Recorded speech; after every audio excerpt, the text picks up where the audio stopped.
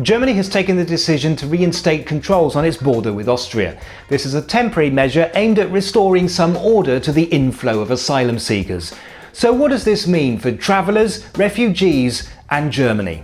Germany is a member of the Schengen area. This comprises most of the countries of the European Union plus a few others. These countries have mutually agreed that under normal circumstances there should be no border controls between them.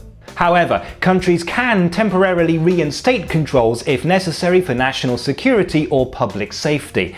And this is what Germany has now done. So, if you're in Austria and you want to cross the border into Germany, you have to show your passport, at least for the foreseeable future. This is all due to the current refugee crisis and Europe's chaotic response to it. But this move came after 12,000 refugees arrived at Munich train station in a single day. Earlier, in the face of the sheer numbers of refugees making their way over, Germany announced an open door policy for Syrian refugees.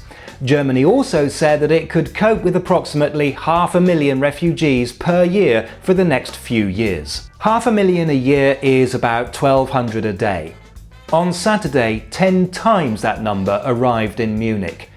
Germany can certainly cope with a few million refugees, but was rather planning on accepting them over a period of years, not months. This has brought the system to its knees. When they arrive, these refugees have to be transported to reception centres scattered right across Germany in order to try to spread the burden as evenly as possible. That's rather difficult when so many of them arrive all at once in the same place. For example, near here is the small town of Wertheim. On Sunday, Wertheim was given 4.5 hours notice that it would have to open a reception centre a month earlier than planned because there were 600 refugees on their way. Pressure was building up on volunteers, the emergency services, rail operators and the government agencies that have to process all the applications.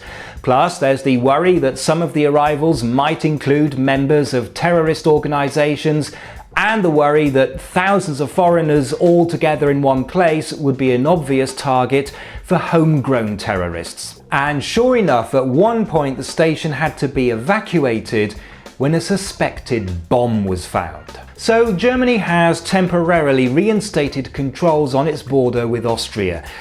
This is a highly controversial move, and there are even doubts about just how legal it is under current regulations. However, at the moment I'm not entirely sure how this is going to impact on the refugees themselves. The stated aim is to temporarily halt the flow and ease the pressure on the system, while also trying to persuade other EU states to share the burden a bit more equally. However, Spiegel reports that Syrians holding valid passports will still be able to claim asylum. In any case, this is a difficult situation for everybody. It's fair to say that Europe's response has been shambolic. But it's also fair to say that this is the worst humanitarian crisis facing Europe since World War II.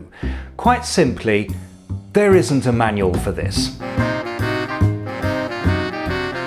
Remember, you can always send me a postcard at this address. You can also find me elsewhere on the web. Visit rewboss.com to find out how.